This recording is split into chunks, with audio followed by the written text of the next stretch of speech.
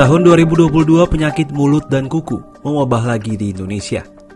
Aceh dan Jawa Timur menjadi dua provinsi pertama yang dilaporkan terjangkit PMK pada akhir April 2022. Data laman siaga pmk.id menunjukkan dalam 2 bulan saja, hampir 400.000 kasus PMK dilaporkan dari 19 provinsi pada akhir Juni. PMK menjangkiti hewan ruminansia berkuku belah seperti sapi, domba, rusa, dan kambing. Balai Besar Veteriner Wates Yogyakarta mencatat kasus PMK pertama di Jawa Tengah menjangkiti kambing impor di Kabupaten Wonosobo. Ya, ini saya klarifikasi dulu ya, karena yang ke sana kan tim kita nih, yang mengambil sampel. Jadi itu kan ada holding ground. Holding ground itu tempat ngepul lah.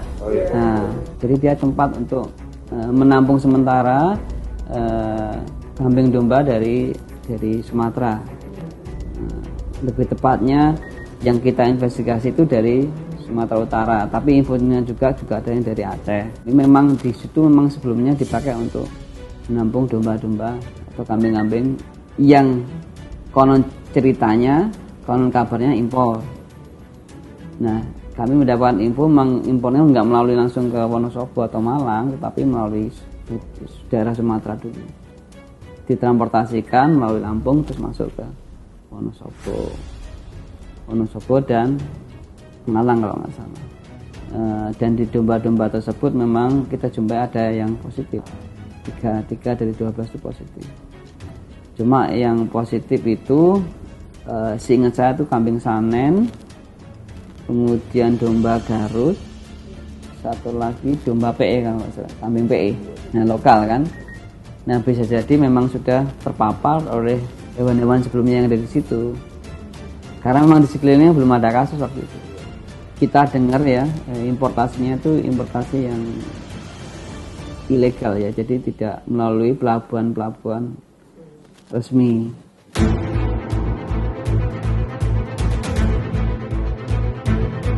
Tim Harian Kompas menelusuri Wonosobo dan menemukan salah satu pengepul kambing Saanen yang hewannya sempat terkena PMK.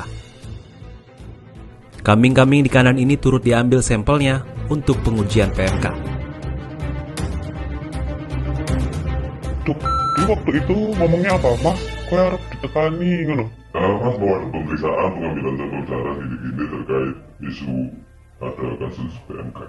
Terus? Oh ya wis, gak apa-apa Pak, silakan. Karena memang sudah biasa sih Bu. Oh. Jadi saya sering kalau kambing ada yang kurang sehat kan saya sering Pemeriksaan. Misalkan saya mau ngambil sampel darah atau apa. Kenapa yang dipilih waktu? Tahu nggak? Kemungkinan karena sini yang pernah impor gitu. HR membeli kambing Saanen langsung dari Thailand.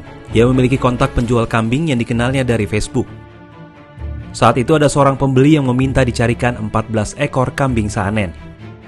Sejak itu, HR kerap bertransaksi dengan penjual dari Thailand itu, termasuk untuk mengisi kandangnya. Belum pernah ketemu Bu. Kita transaksi juga belum pernah. Tapi saling percaya itu bisa barang nyampe. Ya karena kita kan yang kita lihat kan track record Pak. Walaupun belum dikenal banyak orang, tapi kan kita lihat profile, brandane gitu kan. Saya kalau bayar langsung. Iya. Bayar langsung cuma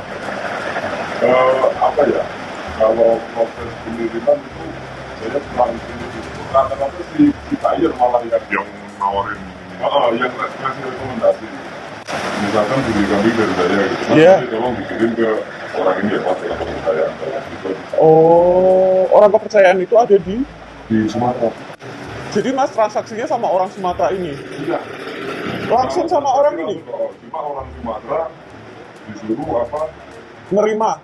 Disuruh nerima terus disuruh ngambil? konsultasi ke saya. Yang ngurus pengiriman siapa Mas? Biar ada kadang kan pakai Bu? Jasa ekspedisi. Kan ada lintas Sumatera. Tapi dari mana? Medan? Dari Medan Bu.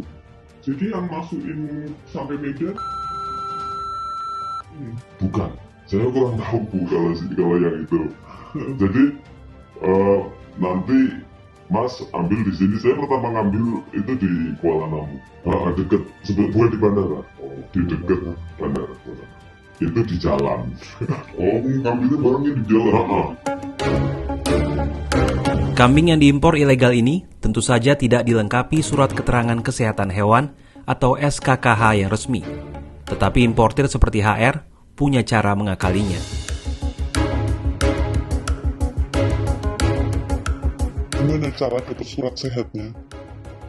Gini Bu, saya kan punya kenalan di mana? Yang rekomendasi dari Pak.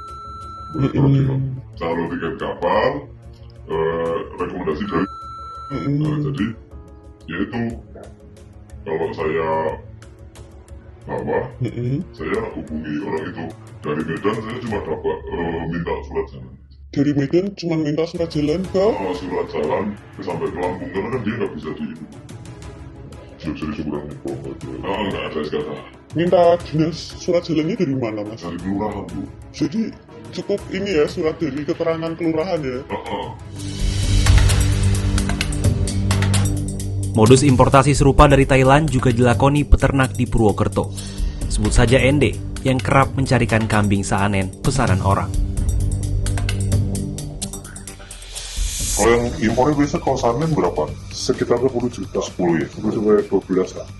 Itu masih kisaran 5 bulanan. Ini ada 20 tapi masih di Lampung. Masih di Lampung. Ya kan, gak boleh masuk ke PMK. Itu 20 ekor berarti di Lampung yang ngurus ya apa Mas? Ada orang ada yang ngurus. Kan kita punya titik-titik gitu. Jadi tempat buat ini ya. Karantina ini. Menurut HR, kambing-kambing saanen yang ia pesan kemungkinan besar masuk melalui salah satu daerah di Aceh Tamiang.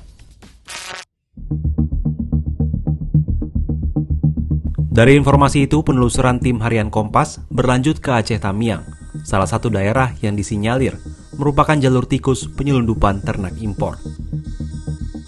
Berdasarkan informasi, salah satu kasus penyelundupan dari Thailand terungkap pada 10 April 2022. Saat itu petugas Bea Cukai Langsa menemukan 22 ekor kambing di Desa Paya Udang, Kecamatan Seruai, Aceh Tamiang. Warga menyebut kambing-kambing tersebut diselundupkan dengan kapal motor berukuran kecil, menyusuri alur atau anak sungai. Pasalnya jalur tempat penyelundupan tersebut tidak mungkin dilalui kapal berukuran besar karena terhalang jembatan yang membatasi muara sungai dengan laut lepas. Pada 13 Mei, Balai Besar Veteriner Medan mengambil sampel dari kambing selundupan tersebut dan meneruskannya ke Pusat Veteriner Farma di Surabaya.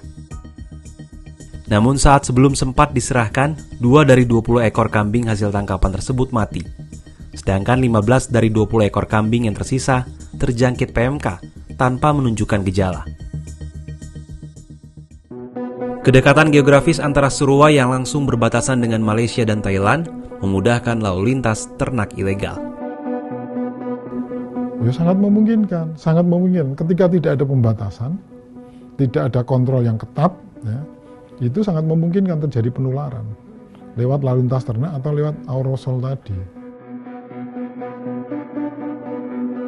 Lemahnya pengawasan lalu lintas ternak ilegal, banyaknya pelabuhan tikus, serta kemudahan komunikasi virtual memudahkan transaksi ternak lintas wilayah. Buntutnya penyakit menular pada hewan pun mudah mewabah lintas negara. Ya, yang pertama itu tadi importasi secara ilegal itu jelas menyalahi ya, karena nggak boleh. Apalagi dari daerah yang tidak bebas. Thailand kan tadi ya, Thailand ya, itu kan tidak bebas. Itu salah, itu jelas kecolongan kalau seperti itu. Kemudian juga ini, bahkan hewan yang sudah sembuh pun, sapi, ya, itu bisa menular. Ketika dia dinyatakan sembuh, 3 tahun kemudian dia masih bisa, dia di dalam tubuhnya masih membawa, tidak bersih 100%. Sampai waktu 3 tahun itu bisa dia masih menularkan. Kita harus lebih perketat juga lalu lintas melalui jalur-jalur tikus ini. Jadi monitoringnya harus ketat itu. Karena itu kan agak susah ya. Banyak banget pelabuhan-pelabuhan yang mungkin ada muara-muara kecil kan. Dan apalagi di zaman modern gini kan perdagangan kan bisa by online. Nah itu kan yang agak repot. Nah itu yang perlu di pengawasan sekarang udah yang berbasis cyber ya. Jadi kalau misalkan ada transaksi yang sifatnya agak mencurigakan, loh kok ini ada praktek jual beli kambing atau sapi, tapi kok dilihat loh ini kok kambing sapi ya, potong domba kok nggak ada di Indonesia, kan kambing dari luar, itu juga harus diawasi. Jadi pengawasan tidak hanya fisik tapi juga perspektif cyber itu juga perlu. Importasi ternak ilegal ini juga secara tidak langsung didorong dengan sulitnya mendapatkan ternak secara legal. Kalau proses impor resmi kan, karena saya jadi tahu gitu ya, Iya. Itu kan proses di sana agak lama, terus proses karantina di sini itu kan sampai 2 minggu. Sedangkan itu kok saya kok kayaknya cepet gitu, terus Berapa lama sampainya? 1 minggu gitu. Wow. Dan nggak ada dokumen, nggak dikasih dokumen tadi. Nggak, Sertifikat biasanya ada mas. nggak ada. Kalau yang resmi itu kan ada